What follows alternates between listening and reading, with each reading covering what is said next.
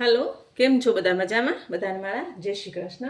आज आपणे पापड़ी पूरी लई आव्या छे। हवे पूरीनी वेरायटी तो आपणे घणी बधी लीधी छे आगळ के मेथीवाળી पूरी छे, कोथमरीवाળી पूरी छे, जुवाરની पूरी छे। हमणां चाट पूरीनी पूरी बतावी आपणे। एमां फराળી पण छे अने फराळ वगरनी पण छे।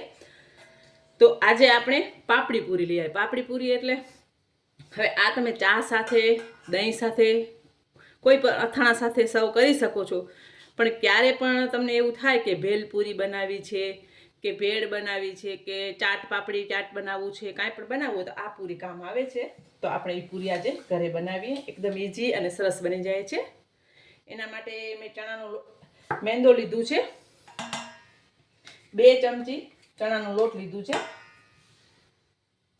માર્કેટમાં મળે છે ને એમાં થોડુંક મેંદામાં ચણાનો લોટ ઉમેરે છે તો પૂરી છે ને એકદમ ફરસી થાય છે। મીઠું ટેસ્ટ પ્રમાણે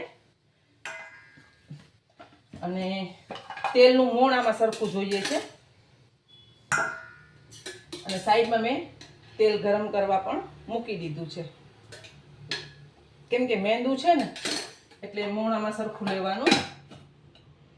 હવે આપણે લોટ બાંધી લઈએ। હવે ઘણા લોકો છે ને આમાં સોજી ઉમેરે છે, પણ સોજીવાળી જરાક મજા નથી આવતી મને। સોજીથી ક્રિસ્પી થાય છે પણ સોજીનો જે દાણો હોય ને એનામાં જરાક મજા નથી આવતી। આ એકદમ સરસ પૂરી થશે અને માર્કેટમાં મળે ને એવી જ થશે। હવે પાણી નાખવામાં બહુ જ ધ્યાન રાખવાનું। એક ધારું પાણી નથી ઉમેરી દેવાનું, થોડું થોડું પાણી નાખતા જવાનું અને લોટ બાંધવાનું। કારણ કે કોઈ પણ આપણી રેસીપી બનાવીએ ને એમાં પાણી કે દૂધ કે કાંઈ વધારે પડી જાય ને પછી આપણે એક્સ્ટ્રા લોટ કે કાંઈ પણ નાખવું પડે છે। તમે જોઈ શકો છો એકદમ સરસ લોટ બંધાઈ ગયું છે। અને બહુ મસળવાનું નથી, આવી જ રાખવાની છે। જો મસળશું ને તો સોફ્ટ થઈ જશે, એટલે બહુ નથી મસળવાનું આપણે। અને તમને મસાલા પૂરી બનાવી હોય તો આ જ લોટમાં તમે મરચું પાવડર, હળદર છે, જીરું અને અજમો નાખી શકો છો। પછી કોઈ ફ્લેવર કરવા હોય તો કોઈ ફ્લેવર આમાં ઉમેરી શકો છો, જેમ કે ચાટ મસાલાવાળી છે કે પાણીપુરીવાળી છે કે પાઉંભાજીવાળી છે અથવા પીઝાના મસાલા છે એ ઉમેરી શકો છો। પણ અત્યારે હું જે માર્કેટમાં સાદી પૂરી મળે છે ને એ પાપડી ચાટની પૂરી બનાવું છું। મેં તમને કીધું એમ કે બહુ નથી મસળવાનું અને એકદમ સરસ આપણે એને ઝીણી પૂરી વણી લઈએ। હવે તમે જોઈ શકો છો મેં રોટલી વણી લીધી છે। હવે છે ને આપણે પહેલાં ફોકની મદદથી એમાં આવી રીતે હોલ કરી લેવાના છે। જો નહીં કરો ને તો પૂરી ફૂલી જશે અને બહુ મસળીએ છે ને તોય પણ પૂરી ફૂલે છે। એટલે બહુ મસળવાનું નથી, એને લોટ બાંધી ભેગું જ કરવાનું છે અને છતાંય ફૂલી જતી હોય એ ટ્રીક હું તમને બતાવીશ। હવે આપણે મારી પાસે મેં તમને બતાવેલું જ છે કે મારી પાસે આ કટર છે, મારી પાસે આમાં ઘણી જાતના છે નાના મોટા। પણ તમારા પાસે જો ન હોય તો તમે નાની એવી વાટકી, કોઈ ગ્લાસ, કોઈ પણ આવું ધારવાળી વસ્તુ હોય ને એનામાંથી બનાવી શકો છો। જો આવી રીતે કરવાથી પૂરી કે કાંઈ પણ આપણે બનાવીએ ને એક સરખું બને છે। તો આપણી પૂરી વણાઈ ગઈ છે અને તમે જોઈ શકો છો એકદમ પતલી વણી છે મેં। હવે આપણે આને તળી લઈએ। પહેલાં તેલ સરસ ગરમ થઈ ગયું છે, આપણે પૂરીને તળી લઈશું। પહેલાં એકદમ ગરમ કરી અને પછી સાવ ધીમો ગેસ કરી દેવાનું છે અને એને એકદમ સરસ ક્રિસ્પી એવી કરવાની છે। જો તમે મેં હોલ કર્યા છે ને તોય ફૂલે છે, પણ હવે હું તમને જે ટ્રીક બતાવું ને એ તમે કરશો ને તો નહીં ફૂલે।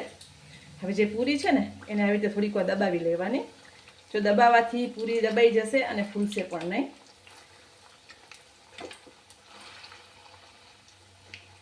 અને એકદમ સરસ ક્રિસ્પી ગોલ્ડન બ્રાઉન થાય ત્યાં સુધી આપણે એને તળી લેવાની છે।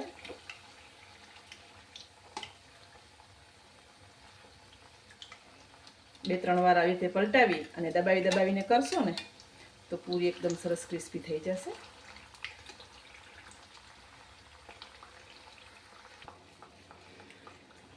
તમે જોઈ શકો છો આપણે પૂરી એકદમ સરસ ગોલ્ડન થઈ ગઈ છે અને એકદમ ક્રિસ્પી થઈ ગઈ છે। હવે તમને જો મોણ ઓછું નાખવું હોય ને તો તમે ઓછું મોણ નાખી શકો છો, પણ મોણ નાખવાથી આ ફરસી પૂરી સરસ ફરસી થાય છે। અને મોઢામાં મૂકતા જ બુરો બુરો થઈ જાય ને એવી પૂરી થાય છે. પણ આપણે એવી રીતે બીજી પણ કરી લેશું. તો એવી રીતે આપણે બીજી પણ તળી લીધી છે. અને આ પૂરી છે ને કે તમે દહીં પાપડી ચાટ છે કે દહીં પૂરી છે, કોઈ પણ રેસીપીમાં ઉપયોગ કરી શકો છો. અને ઘરમાં ડબ્બો ભરીને રાખી દેશો તો ચા સાથે પણ છોકરાઓને મજા આવશે અને નાસ્તામાં સ્કૂલમાં પણ તમે આપી શકશો. અને આમાં આપણે તેલનું મોણ લીધું એમ તમે ઘીનું મોણ પણ લઈ શકો છો. જેટલી ઝીણી વણશો ને એટલી પૂરી સરસ થશે અને ક્રિસ્પી માર્કેટ જેવી જ થશે. તો આપણે કાઢી લેશું અને સર્વ કરી લેશું. તો તૈયાર છે એવી પાપડી પૂરી. અને આ પૂરી તમે દિવાળીના બનાવી શકો છો નાસ્તામાં. અત્યારે શ્રાવણ મહિનો ચાલુ છે તો સાતમ આઠમના છે અને રેગ્યુલર તમે રોજ પણ આ બનાવીને ડબ્બો ભરી રાખો છો તો એવી ને એવી પડી રહે છે, ખરાબ નથી થતી. અને ક્યાંય બહાર ફરવા જાઓ તો પણ આ તમે સાથે લઈ જઈ શકો છો. તો એકદમ સરસ એવી તમે જોઈ શકો છો પતલી અને ક્રિસ્પી પૂરી સરસ તૈયાર થઈ છે. તો આ રેસીપી તમે ચોક્કસ તમારા ઘરે બનાવજો. બધાને મારા જય માતાજી.